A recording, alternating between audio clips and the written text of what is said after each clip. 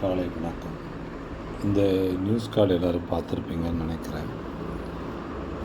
இதுவரை தமிழகத்தில் 2000 காலகட்டங்களில் தொடங்கி 2000 முந்தைய காலகட்டங்களில் தொடங்கி மென்பொருள் பணியாளர்கள் அல்லது மென்பொருள் சார்ந்தவர்களாக இருக்கிற ஐடி நெட்வொர்க்கிங், கோட் மேக்கிங், அப்புறம் க்ளவுட் மேனேஜ்மெண்ட்ஸ் அதில் நிறைய வகையான தொழில்நுட்பம் சார்ந்த, மென்பொருள் சார்ந்த, தொடர்புத்துறை சார்ந்து பல சைட்டுகளை உருவாக்குவது, அதனுடைய பாதுகாப்பு தன்மையை மேம்படுத்துவது, இப்படி பல துறைகளில் அந்த துறை மிகப்பெரிய அளவுக்கான பணம் கொளிக்கிற ஒரு துறையாக இருந்தது கடந்த காலங்களில்.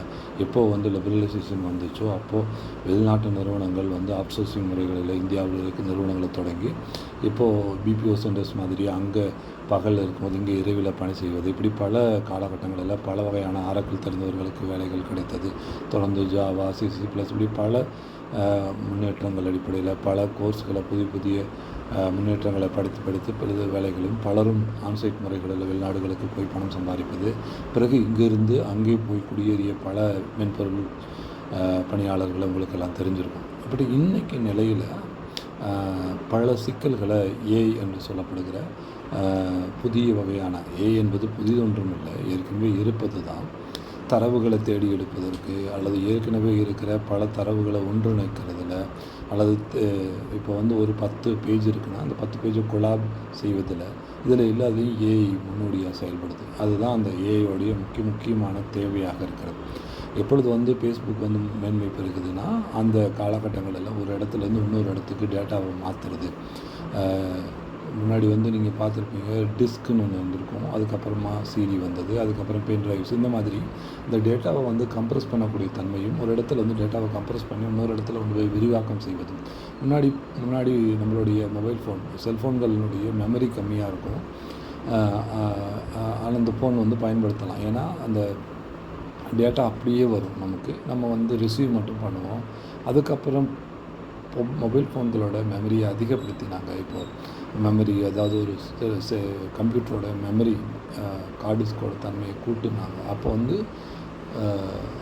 ஒரு டேட்டா சுருக்கப்பட்டு எளிதில் கடத்தப்பட்டு பிறகு பெறுகிற இடத்துல அது விரிவாக்கம் செய்யப்படும். அதனால் அங்கே அதிகப்படியான ஸ்டோரேஜ் தேவைப்படுது. மொபைல் ஃபோன்களும் அப்படி தான் மாற்றப்பட்டது. ஸோ இந்த மாதிரி புதிய மாற்றங்கள் வருகிற பொழுது அந்த மாற்றங்களை ஏற்றுக்கிட்டு அந்த துறை மிகப்பெரிய வளர்ச்சி பெற்றுக்கிட்டே வந்தது. இப்போ இந்த காலகட்டங்களில் வெளிநாடுகளில் இதில் மிகப்பெரிய அளவுக்கு வளர்ச்சி பெற்றது ஏஐ மட்டும்தான் வளர்ச்சி பெற்றிருக்கு.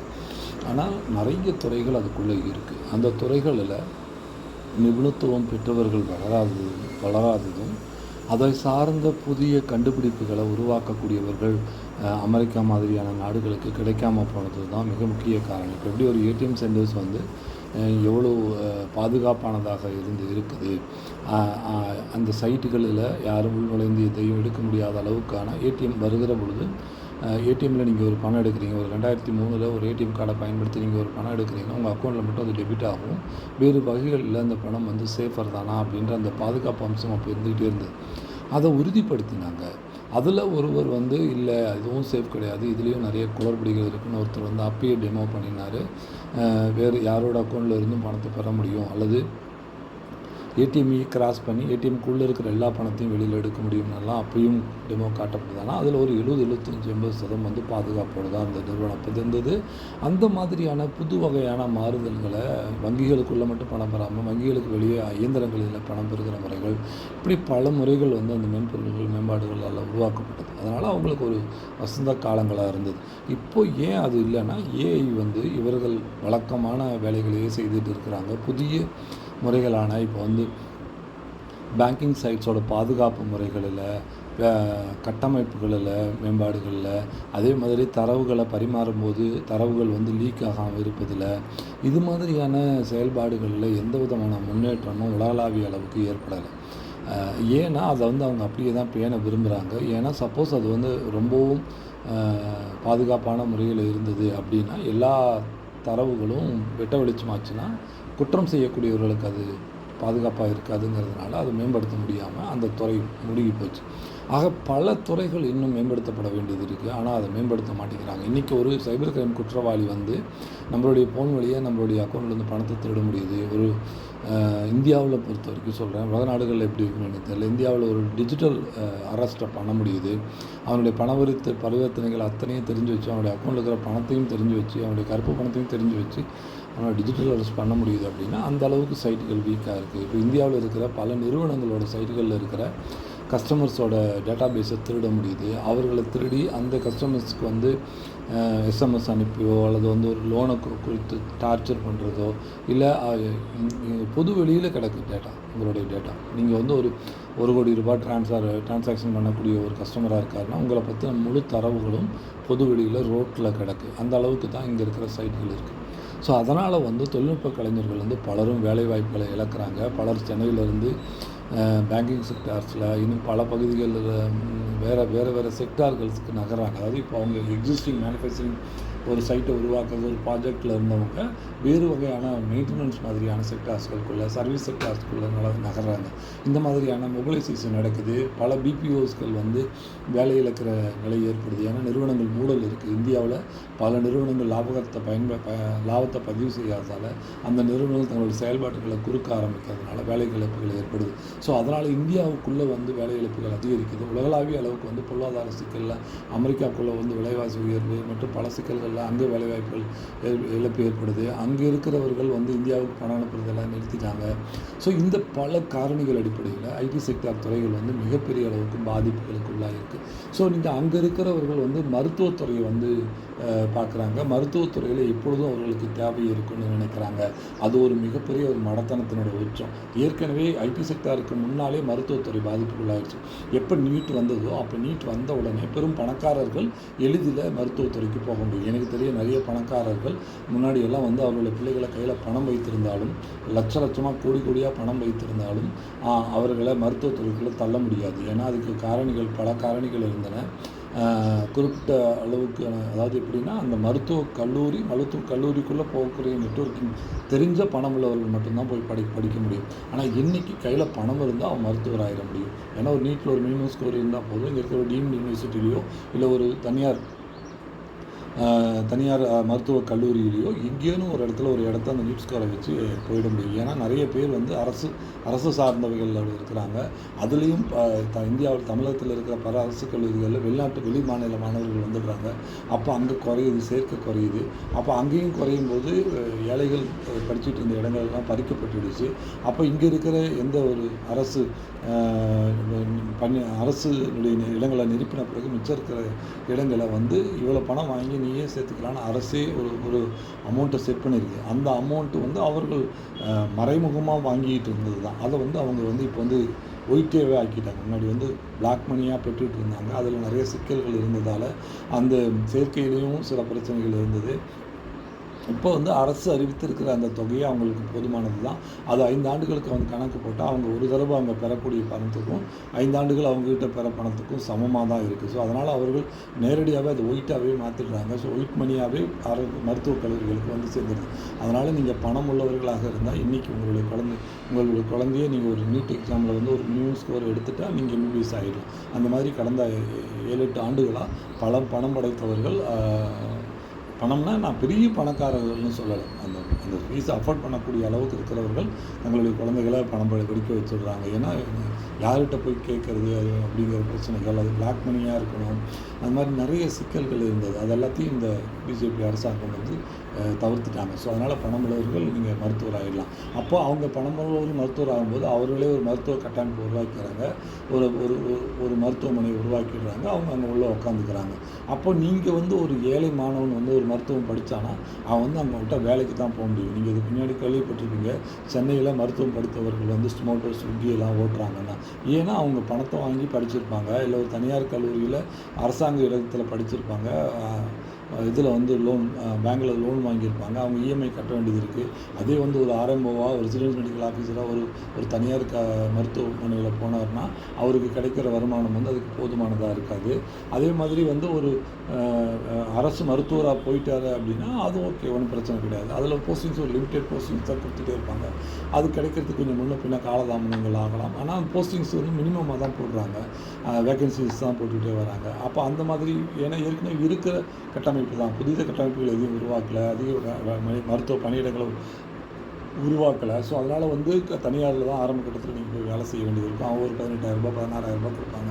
அது சாப்பாட்டுக்கும் தங்குறதுக்குமான செலவினங்கள் போக மீதி வீட்டுக்கு கொஞ்சம் கொடுக்க வேண்டியது இருக்கும். அதனால் ஜொமேட்டோ ஓட்டாங்க. அதனால் மருத்துவ படிப்புகள் படித்துட்டு வெளில வந்தீங்கன்னா நீங்கள் வந்து ராஜா மாதிரி இருக்கலாம், தேவை இருக்கும் அப்படின்னு நினைக்கிறது வந்து மடத்தனத்தினுடைய ஒரு உச்சம்.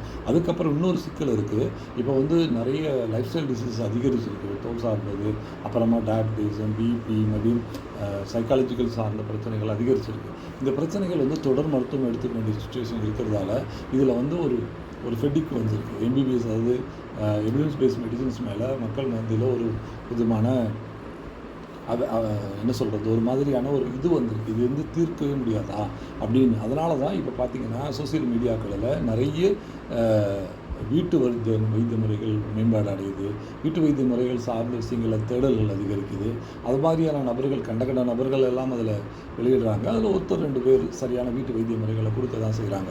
ஸோ இந்த மாதிரி முறைகளை நோக்கி ஏன் நகர்றாங்கன்னா, இப்போ வந்து ஒரு நாள்பட்ட ஒரு சைனசாய்டிஸ் இருக்குது, ஒரு நாள்பட்டில் ஒரு வீசிங் ப்ராப்ளம் இருக்குன்னா, ஒரு ஆஸ்த்மெட்டிக் ப்ராப்ளம் இருக்குன்னா, ஆஸ்த்மெட்டிக் ப்ராப்ளம் நாள் முழுக்க நீங்கள் வந்து ஆங்கில மருத்துவ முறைகளில் இன்ஹேலர்ஸையோ இல்லை வேறு வகையான நெபுலைசர்களையோ தொடர் மருத்துவ முறைகளையோ நீங்கள் கையாள வேண்டியது இருக்குது. டஸ்ட் பக்கம் போகக்கூடாதுன்னு இருக்குது. ஆனால் அதே வந்து சில மருத்துவ முறைகளை யுனானிலையோ இல்லை ஒரு ஆயுர்வேதம், சித்தா மாதிரியான மருத்துவ முறைகளில் ஒரு ஒரு ஒரு குறிப்பிட்ட வருடங்களில் விடுவிப்பு கிடைக்கிது. அந்த மருந்துகள்லேருந்து அவங்களை விடுதலை செய்ய முடியுது.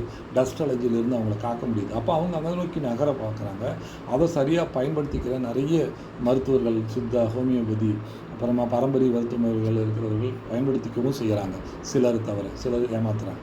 ஸோ அந்த மாதிரியான நகர்வுகள் இருக்கிறது. ஸோ சுவாசக்கோளாறு மாதிரியான பிரச்சனைகளுக்கு தீர்வுகள் இருக்கிற மருத்துவ முறைகள் இருக்குது. அப்போ அங்கே நகருறாங்க. அதே மாதிரி வந்து லைஃப் ஸ்டைல் விஷயங்களை மாற்றிக்கிட்டாலே உங்களுடைய டயபெட்டிக் அண்ட் கார்டியக் ப்ராப்ளம்ஸ் வந்து குறையுது அப்படின்னா அந்த முறைகளை வாழ்வியல் முறைகளுக்குள்ளே அடாப்ட் ஆகிறாங்க. குறைந்தபட்சம் எவிடன்ஸ் பேஸ் மருத்துவ முறைகளை வச்சுக்கிட்டு அதையும் வச்சு தங்களை தற்காத்துக்கிறாங்க.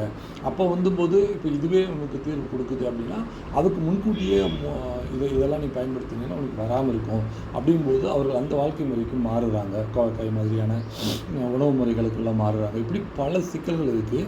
இன்னும் வருங்காலங்களில் அலோபதி அந்த எவிடன்ஸ் பேஸ்ட் மெடிசன்ஸில் வந்து அதிகம் லாபம் சம்பாதித்து கொடுக்கக்கூடிய செக்டார்ஸாக இருக்குது.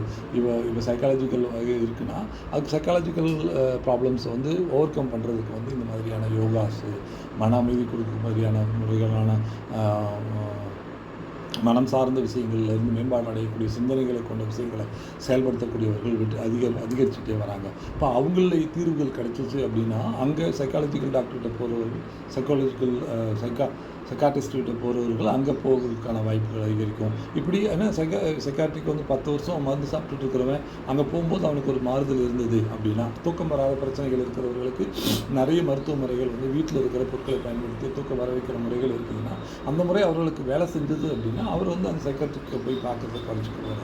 ஸோ இப்படி பல காரணிகள் அடிப்படையில் மருத்துவ முறைகளுக்குள்ளேயும் பல சிக்கல்கள் இருக்குது. அதனால் வந்து இன்றைக்கி மக்கள்கிட்ட பொருளாதாரம் இல்லை. அப்போ பொருளாதாரம் இல்லைன்னா அந்த பொருளாதாரம் அஃபோர்ட் பண்ணக்கூடிய மருத்துவ முறைகளில் போக மாட்டாங்க. இன்றைக்கும் வந்து மெடிக்கல் ஸ்டோர்ஸில் இன்றைக்கும் மருத்துவமனைகள் இருக்கிற மருந்தகங்களில் 10 நாளுக்கு மட்டும் மாத்திரை கொடுங்க அப்படின்னு கேட்கக்கூடிய நிறைய நல்லா இருக்கக்கூடியவர்களே ஒரு $1,500 $2,000 அப்படி வருதுன்னா $1,000 கொடுங்க.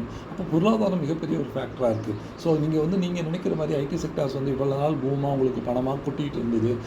2 லட்சம் ரூபா பர் வந்து 3 crore 4 crore இப்படியெல்லாம் நாங்கள் பேக்கேஜில் இருந்தோம். அதுக்கு தக்கன உங்களுக்கு ப்ரெஷர் இருந்தது. அதனால் நீங்கள் பல பேர் ஓடினீங்க. இன்றைக்கி அதுக்கு தக்கன வந்து வேலைவாய்ப்புகள் குறைஞ்சிருக்கு, டிமாண்ட் குறைஞ்சிருக்கு. உலகளாவிய அளவுக்கான வர்த்தக நிறுவனங்கள் அழிவின் பாதையில் இருக்கிறதால உங்களுக்கு வந்து தேவை குறையும் போது உங்களுடைய வருமானம் குறையுது. நீங்கள் வந்து இன்னொரு கற்றுக்கிட்டு இன்னொரு கோர்ஸை பண்ணிவிட்டு இன்னொரு இடத்துக்கு போக வேண்டிய நிலைக்கு நீங்கள் தள்ளப்படுறீங்க. அதனால் வந்து எல்லா உலகளாவிய அளவுக்கு வந்து மருத்துவத்துறையாக இருக்கலாம், இல்லைன்னா ஒரு ஐடி செக்டார்ஸாக இருக்கலாம், இல்லை ஒரு இண்டஸ்ட்ரியல் செக்டார்ஸாக இருக்கலாம், தொழில் நிறுவனங்களாக இருக்கலாம், தொழில் நிறுவனங்களில் வேலை செய்யக்கூடியவங்களாக இருக்கலாம், சிறு தொழில் நிறுவனங்கள் 10 பேருக்கு வேலை கொடுக்கக்கூடிய சிறு தொழில் நிறுவனங்களாக இருக்கலாம். இந்திய முழுக்கவும் அனைவருக்குமே இந்த பிரச்சனைகள் இருக்குது. இந்த பொருளாதார சிக்கல் இருக்குது. இன்னும் வரும் காலங்களில் இது ரொம்பவும் கடினத்துவத்தை தான் பெறும். இன்னும் விலைவாசி உயர்வு அதிகரிக்க செய்யும். எல்லினோ மாதிரியான காரணங்களை காமிக்கிறாங்க. அதெல்லாம் இந்தியாவில் இருக்காது. ஆனால் இந்தியாவில் மிகப்பெரிய பொருளாதார சிக்கலும் பெரும் வாழ்வியலை புரட்டி போடக்கூடிய அளவுக்கான சிக்கல்களுக்குள்ளே இந்தியா போக ஆரம்பிக்கும். அதுக்கு காரணங்கள் நிர்வாக குளறுபடிகள், இந்திய அளவிலான தவறான செயல்பாடுகள், நிறுவனங்களினுடைய அறிவித்த தன்மைகள் உலகளாவிய அளவுக்கு வந்து கார் மற்றும் இருசக்கர வாகனங்கள் தயாரிக்கிற நிறுவனங்கள் கூட இங்கே இருக்கிற அரசியல்வாதிகளுக்கு துணை போகிற நிலை வரும்னு நான் கனவுல கூட நினைக்கல. அதாவது நடைமுறைக்கு ஒவ்வாத விஷயங்களை காட்சிப்படுத்துகிறாங்க, தவறான செயல்பாடுகளை செயல்படுத்துகிறாங்க. இந்தியாவில் இருக்கிற எல்லா துறைகளும் தான் அப்படி போயிடுச்சுன்னு பார்த்தா, வெளிநாட்டிலேருந்து இங்கே வந்து தொழில் செய்யக்கூடிய நிறுவனங்களும் ஒரு மரியாதைக்குரிய நிறுவனங்களும் நமக்கான பேனர் வச்சிருக்கிற நிறுவனங்கள் கூட மிக மட்டகரமாக நடந்துக்கிறது. இந்தியாவுக்கும் ஆபத்து, உலகளாவிய சந்தைகளுக்கும் ஆபத்து என்பது தான் என்னோட பொறுத்து. ஏன்னா இவி வெஹிக்கிள்ஸுக்கு மாற்று கன்வென்ஷனல் வெஹிக்கிள்ஸ் தான். கன்வென்ஷனல் வெஹிக்கிள்ஸ் வந்து தங்களுடைய கிரெடிபிலிட்டியை இழந்தாங்கன்னா அப்புறமா இந்த உலகம் வந்து மிகப்பெரிய ஒரு சிக்கல்களை சந்திக்கும். இவி வெஹிக்கிள் முழுமையான மாற்றாக இன்னும் வரலை. டெஸ்லா மாதிரியான நிறுவனங்களோ பிஒய்டி மாதிரியான நிறுவனங்களோ வந்து மிகப்பெரிய அளவுக்கு வந்து அந்த பேட்டரியோட லைஃபு அதை கம்பேரிட் வித் கன்வென்ஷனல் வெஹிக்கிள்ஸ் ரெண்டும் சேர்ந்து தான் இந்த உலகம் இயங்கும். கன்வென்ஷனல் வெஹிக்கிள் முழுக்க அழிஞ்சு இவி வெஹிக்கிள் முழுக்க வந்துவிடும் அப்படின்றது வந்து மாயை. அந்த மாதிரியான மாயைக்குள்ளே இந்த மாதிரியான நிறுவனங்கள் போய் அங்கேருந்து அந்தந்த நாட்டுடைய அரசனுடைய தெனாலிராமன் கதைகளில் வருகிற முல்லாக்கள் கதைகளில் வரக்கூடிய மன்னர்கள் மன்னர்களுடைய பேச்சை கேட்டிங்கன்னா நீங்கள் அழிஞ்சு போயிடுவீங்க, உங்கள் பேரும் அழிஞ்சு போயிடும். அதனால் ஐடி துறை என்ன நிலையை சந்திக்குமோ அதை சந்திக்கும், திரும்ப பூமாகும். அதேமாதிரி எம்பிபிஎஸ் மாதிரியான மருத்துவத்துறைகளில் சிக்கல்கள் இருக்குது. அது ஒரு மக்கள் மத்தியில் நன்மதிப்பை பெற்று சரியான தீர்வையும் பணத்தை உறிஞ்சாத துறைகளாக மாறும்போது அந்த நம்பிக்கை அதிகரிக்கும் போது அந்த துறை மேம்படும். இப்படி துறைகள் தங்கள் துறைகளை தாங்களே தான் மேம்படுத்திக்கணும். மருத்துவத்துறைகளில் பல பிரச்சனைகள் இருக்குது. இன்றைக்கி வந்து மருந்துகளுடைய அடல்ட்ரேஷன் மிக அதிக அளவில் இந்திய அளவில் இருக்குது. இப்போ பக்கமாக வந்து திருச்சியில் ஒரு பெண் செவிலியர் இறந்ததுக்கு முக்கிய காரணம் அடல்ட்ரேட்டட் ட்ரக். இந்தியாவில் அடல்ட்ரேட்டட் ட்ரக்குங்கிறது வந்து மிகப்பெரிய அளவுக்கு கோலச்சிக்கிட்டு இருக்குது. இது கடந்த காலங்களில் 10 ஆண்டுகளுக்கு முன்னால் மருத்துவம் சார்ந்த துறைகள் இருந்தவங்களுக்கு தெரியும். மருந்துகள் மிகப்பெரிய அளவுக்கு மேன்மையான அந்த மருந்துகள் மக்களுக்கு சரியாக கொடுக்கப்படுது. அடல்ட்ரேஷன் வந்து 0 டாலரன்ஸில் இருந்தது. ஆனால் இன்றைக்கி வந்து ஒரு காப்சரபிள் அடல்ட்ரேஷன் இருக்குது. பயன்படுத்தக்கூடாத வந்து தனிமங்கள் பயன்படுத்தப்படுது. இது வந்து நரம்பு ஒன்றத்தை பாதிக்கக்கூடிய மருந்தாக இருக்குது. இதை வந்து இந்த ப்ரிப்ரேஷன்ஸில் இருக்கக்கூடாது. இதை கான்ட்ராண்டிகேட்டட் ப்ரிப்ரேஷன்ஸ் வந்து வருது. இப்போ இந்த குழந்தை இறந்ததுக்கு ஒரு அடல்ட்ரேட்டட் ட்ரக்கு ஒரு அரசு மருத்துவமனையில் இருக்கிறது கண்டுபிடிக்கிறதுங்கிறது வந்து மிகப்பெரிய ஒரு அஃபென்ஸ். இந்த அஃபென்ஸ் வந்து இந்த குற்றத்தை வந்து முழுமையாக களையலைன்னா இந்தியா மிகப்பெரிய அளவுக்கு பாதிப்புகளை ஏற்படுத்தும். அதாவது மீள முடியாத பாதிப்புகளை மனித உடலில் ஏற்படுத்தக்கூடியும். அது வந்து ஒரு செக்டாரை பாதிச்சிச்சுன்னா இந்தியா வந்து மிகப்பெரிய அளவுக்கு பாதிப்புகளை சந்திக்கும். ஒரு வளரும் குழந்தைகள் அல்லது அடுத்த தலைமுறையை அடல்ட்ரேட்டட் ட்ரக், அதாவது பியூரியஸ் ட்ரக்னு சொல்லுவாங்க, மருந்துகளில் கலப்படம், அது வந்து மிகப்பெரிய ஆபத்தான ஒன்று. இந்தியாவை அதை அழிச்சிடும் அப்படிங்கிறோட மருத்துவர்கள் தேவை இருக்குது. ஆனால் மருத்துவர்களெல்லாம் கூட சொல்ல முடியாது. ஐடி செக்டரில் இருக்கிற பிரச்சனை அதே மருத்துவத்துறையிலும் இருக்குங்கிறதோட இந்த தலைப்பை முடிச்சுக்கிறேன். நன்றி, வணக்கம்.